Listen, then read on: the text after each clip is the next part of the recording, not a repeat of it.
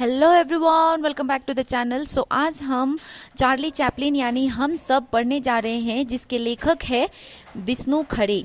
Okay, तो सबसे पहले मैं लेखक के परिचय दूंगी, उसके बाद स्टोरी का समरी बताऊंगी। ठीक है, तो विष्णु खरे जी का जन्म 9 फरवरी सन 1940 छिंदवाड़ा मध्य प्रदेश में हुआ था और उनकी प्रमुख रचनाएं हैं एक गैर रूमानी समय में, खुद अपनी आँख से, सबकी आवाज़ के पर्दे में, पिछला बाकी, आलोचन की पहली किताब, सिनेमा पढ़ने के तरीके, मरु प्रदेश और अन्य कविताएं। और उनके प्रमुख पुरस्कार में से है रघुवीर सहाय सम्मान, हिंदी अकादमी का सम्मान, शिखर सम्मान, मैथिली शरण गुप्त सम्मान, फिनलैंड का राष्ट्रीय सम्मान, knight of the award of the white rose. And उनकी मृत्यु जो हुई थी वो 19 सितंबर सन 1918 में हुई थी। तो विश्व सिनेमा विश्व साहित्य के समांतर फल फूल रहा है। 2 महायुद्धों के बाद ही दहशत, 9 स्वतंत्र देशों का नैतिक भूगोल, औपनिवेशिक दास्ता या मानसिक अवक्षेपण। विश्व सिनेमा जिस कौशल से यह विषय लगातार बिंबित करता रहा है, उसके विकास में चार्ली चैपलिन नामक महान अभिनेता का बड़ा योगदान है। इसलिए चार्ली चैपलिन यानी हम सब नामक पाठ इस महान अभिनेता के भीतर के इंसान को जानने का अवसर देता है। साधारण की अपार धारणा क्षमता और उसके धुआंते नायकत्व को अपने ढंग से चार्ली चैपलिन से जुड़े नाटक और फिल्में पकड़ते रहे। अपने यहाँ राज कपूर की आवारा, श्री 420, अनारी और मेरा नाम जोकर आदि फिल्में भी जिस तरह के भोले सड़क छाप की त्रास्त कामद गाथा रचती है, वह भी चार्ली चैपलिन का ही प्रभाव है। तो आइए अब हम इस चैप्टर का समरी देखते हैं, चार्ली चैपलिन यानी हम सब। पाठ की शुरुआत करते हुए लेखक कहते हैं कि यदि यह वर्ष चार्ली चैपलिन की जन्म शताब्दी का ना होता तो भी यह चैपलिन के जीवन का एक महत्वपूर्ण वर्ष होता, क्योंकि आज उनकी पहली फिल्म मेकिंग अ लिविंग के 75 वर्ष पूरे हो रहे हैं। यानी 75 वर्षों से चार्ली चैपलिन की कला दुनिया के सामने है और 5 पीढ़ियों का मनोरंजन कर चुकी है। समय, भूगोल, संस्कृति की सीमाओं से खिलवाड़ करता हुआ चार्ली आज भारत के लाखों बच्चों को हंसा रहा है, जो उसे जीवन पर्यंत याद रखेंगे। यानी चार्ली की फिल्में उस समय लोगों में जितनी लोकप्रिय थी, आज भी उतनी ही लोकप्रिय है और आने वाली पीढ़ियों भी इसी जुनून से उनकी फिल्म देखेंगी। और यह किसी एक देश विदेश का नहीं, वरन पूरे विश्व की सभी संस्कृति के लोगों का मनोरंजन करती है। पश्चिमी देशों में यानी वेस्टर्न कंट्रीज में जैसे जैसे टेलीविज़न और वीडियो का प्रसार हो रहा है, एक बहुत बड़ा दर्शक वर्ग नए सिरे से चार्ली को घड़ी सुधारते या जूता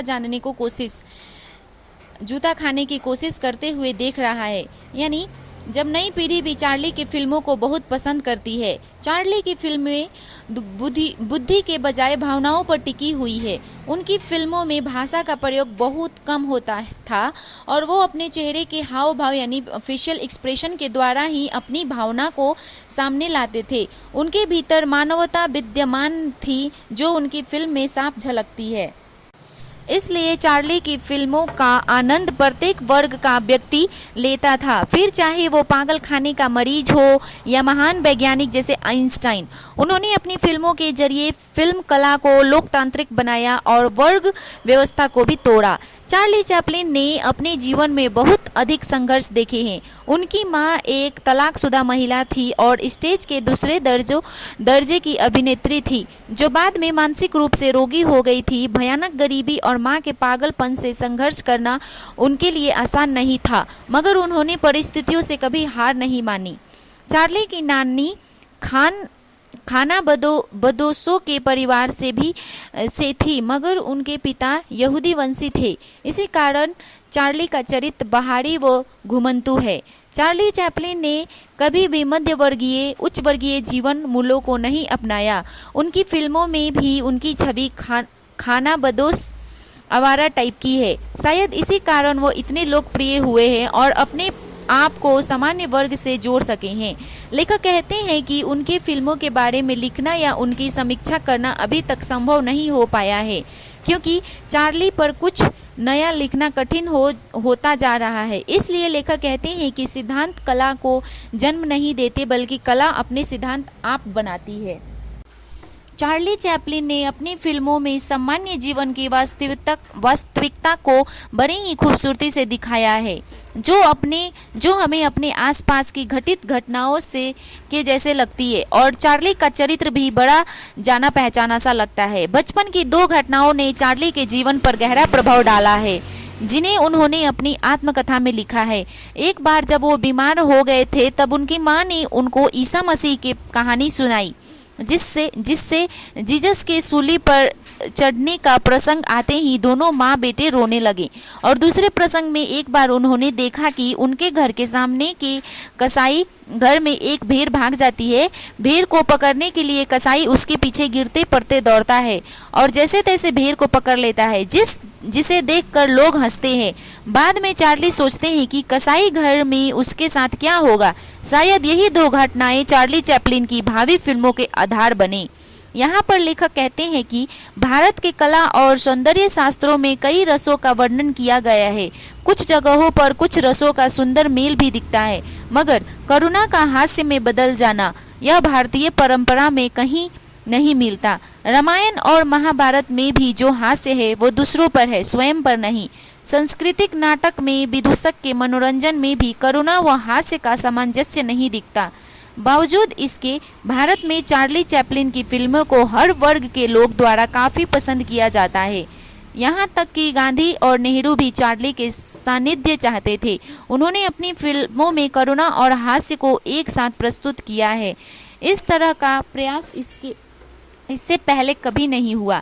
लेखक कहते हैं कि किसी भी समाज में गिने चुने लोग को भी ही अमिताभ बच्चन या दिलीप कुमार कहकर ताना मारा जाता है।